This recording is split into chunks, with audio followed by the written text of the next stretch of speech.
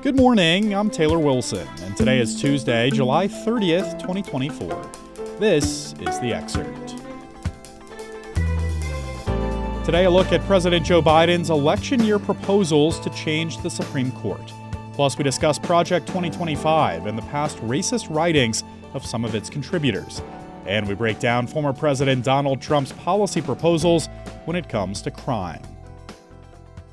President Joe Biden is using his final months in office to push changes to the Supreme Court and a constitutional amendment to ensure that presidents are not immune from criminal prosecution. Though he's no longer a candidate himself, Biden is making this a big issue for his final stretch as president. He's also handing Vice President Kamala Harris, the new presumptive Democratic nominee, a hot-button topic to hit on the campaign trail and energize voters who are increasingly skeptical of the high court.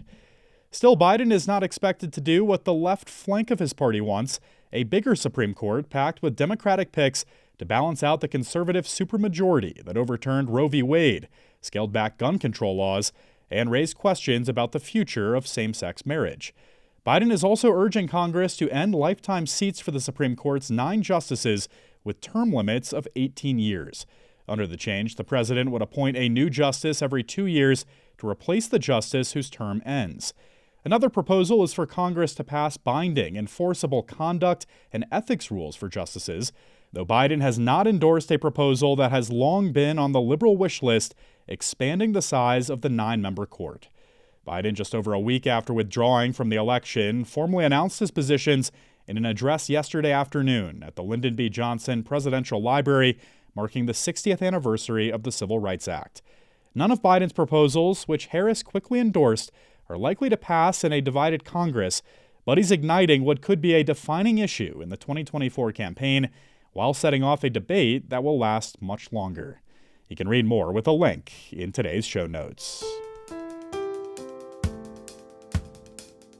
An Illinois sheriff who hired the deputy charged with killing Sonia Massey in her own home asked for the public's forgiveness yesterday, saying that Massey, quote, called for help and we failed her, unquote. Sangamon County Sheriff Jack Campbell told that to a packed hall of about 300 people at a Springfield church last night. The Justice Department's Community Relations Service organized the listening session for the grieving community about 3 weeks after Massey's killing. Sean Grayson, at the time of the July 6th fatal shooting, a Sangamon County Sheriff's deputy, has since been fired and is charged with murder after responding to Massey's 911 call about a possible intruder at her home. Justice officials opened a federal probe into Massey's killing as chaotic and gruesome body camera footage released to the public last week revealed details of the case.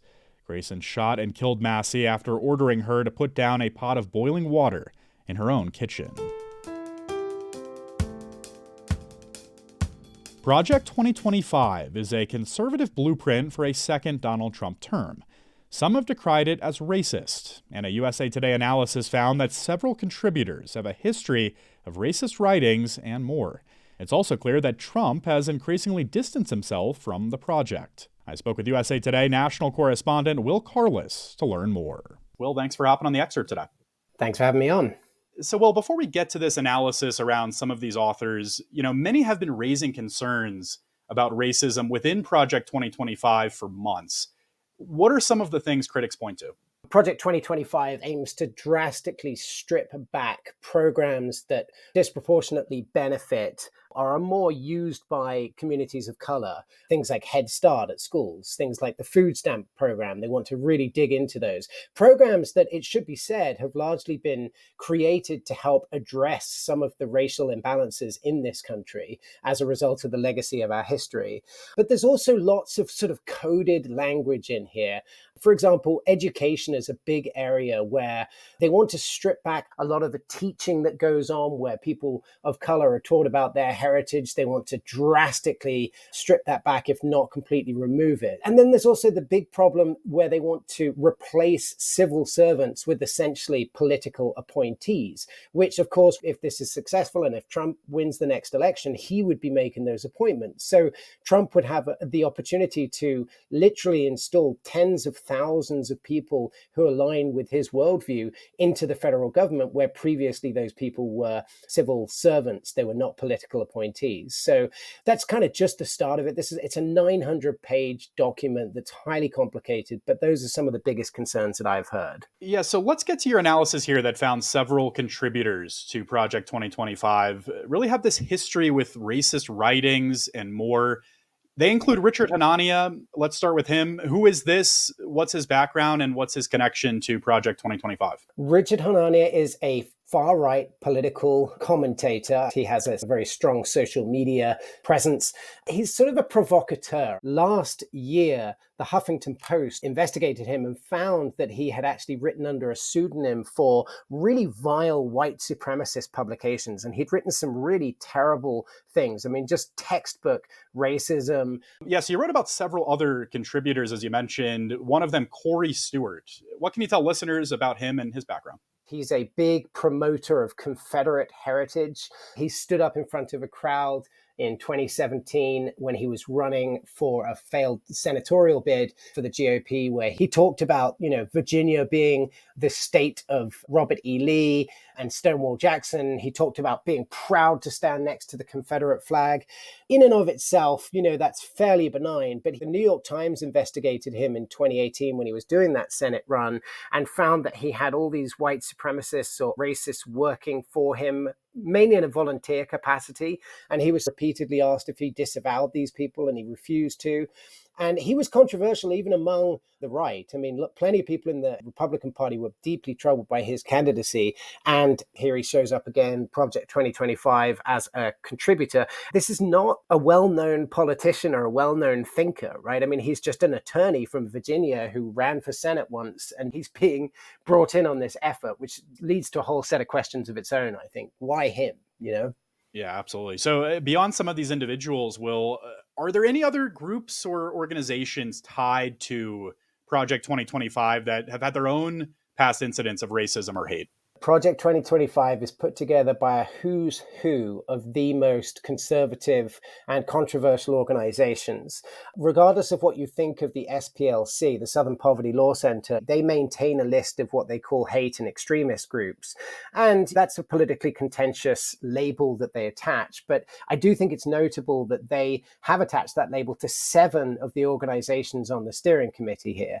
There's certainly a lot of smoke. I think what we found with these individuals is that there's fire too, not just organizations that are very conservative, but we've got out and out racists who were part and parcel of this effort. And Will, did you hear from any of these folks in defense of either their past actions or the project itself? And also just in general, how do project creators, even those without acutely racist past necessarily, defend the project? I'm actually hearing from the Heritage Foundation that was involved in this effort now. We did reach out to them before this, and now they've read the article. They want to comment. But in the run up to this, we approached everybody that we named in the story, and none of them wanted to be interviewed. But generally speaking, their defense tends along the line of, you're just extreme leftists who see racism everywhere, and you're just playing the race card in this. We're just conservatives, but you want to label us racists because it helps your cause and it helps your political cause. I think that's a pretty absurd argument. It's also just not addressing the central tenets that I talked about earlier, and the trouble that every group that represents people of color pretty much in this country has come out against Project 2025. Even Donald Trump is disavowing Project 2025 and trying to remove himself from it. So I would love to sit down with some of these people and discuss this more deeply, but unfortunately, they're not really interested in doing that. All right. Will Carlos covers extremism and emerging issues for USA Today. Thank you, Will. Thank you.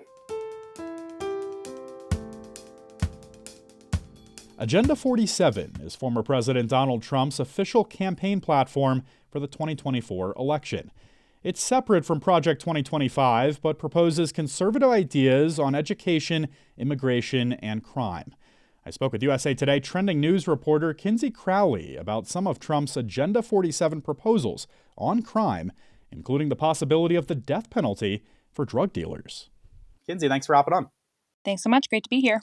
As you write in this piece, Kinsey, Council on Criminal Justice CEO and President Adam Gelb says there are 3 factors to consider in assessing how effective a policy might be in deterring crime from happening in the first place. These are certainty, swiftness, and severity. Could you talk through that a little bit?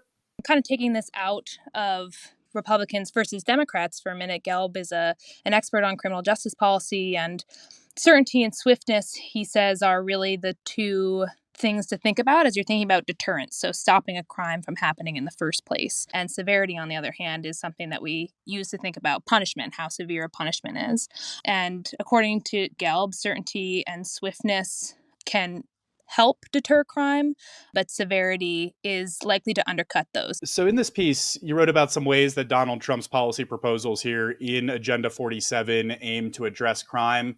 Let's start with policing. Where does he land on investing in police and, also bringing back certain police measures? He advocates for more hiring, retention, and training for police officers, more investment. And of course, this may hark back to the Defund the Police movement of 2020. That was a somewhat short-lived and pretty controversial measure. A lot of proponents said not only did they want to take money away from police, but actually redistribute it to some more social programs that might be getting towards the root of crime. Those protests really brought a lot of heat to that movement, but actually a lot of research shows that hiring police officers is a really cost-effective way of addressing crime. And that's not only in just more police officers on every corner, for example, but to really deal with understaffing. And actually, hiring and retention is something that since 2020, police departments around the country have been trying to fight against. And, it's clear Trump also has some strong policy proposals when it comes to punishment. I think these were some of the glaring parts of this piece to me, Kinsey. What do we know here, be it on the death penalty or on, for example, disciplining minors? He's calling for the death penalty for drug dealers and human traffickers. The U.S. is really an outlier amongst developed nations as far as still using the death penalty. Not all states use it, and it's used for really a small portion of sentences, really for the most extreme crimes, and that's been upheld by Supreme Court rulings even in the last 20 years.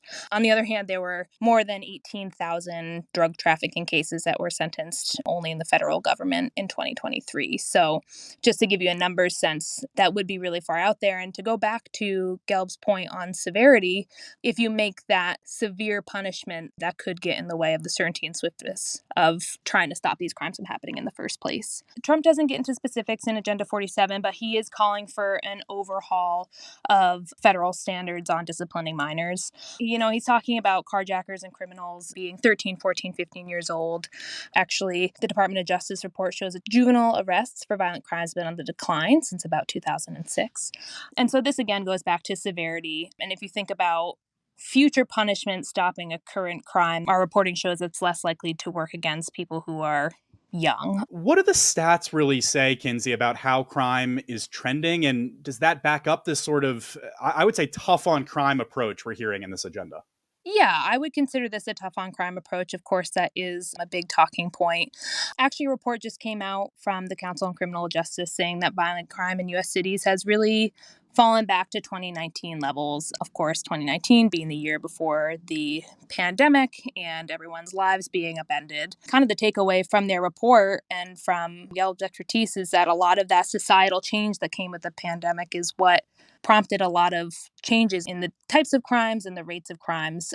But despite that, we've heard a lot from Trump and a lot of Republicans that cities are really dangerous. A lot of the talk on crime is tied to immigration, even though there's not any evidence that shows that immigrants are more likely to commit crimes than U.S. citizens. Interesting insight, as always. Kinsey Crowley is a trending news reporter with USA Today. Thank you, Kinsey. Thanks so much, Taylor. Great to be here. Iowa's hotly contested 6-week abortion ban officially began yesterday. Enforcement of the state's so-called fetal heartbeat law went into effect at 8 a.m. Monday after the Iowa Supreme Court cleared the way for the ban. The new law prohibits most abortions in Iowa once fetal cardiac activity can be detected. That's typically around 6 weeks of pregnancy. It includes narrow exceptions for rape, incest, fatal anomalies, and to save the life of the pregnant woman.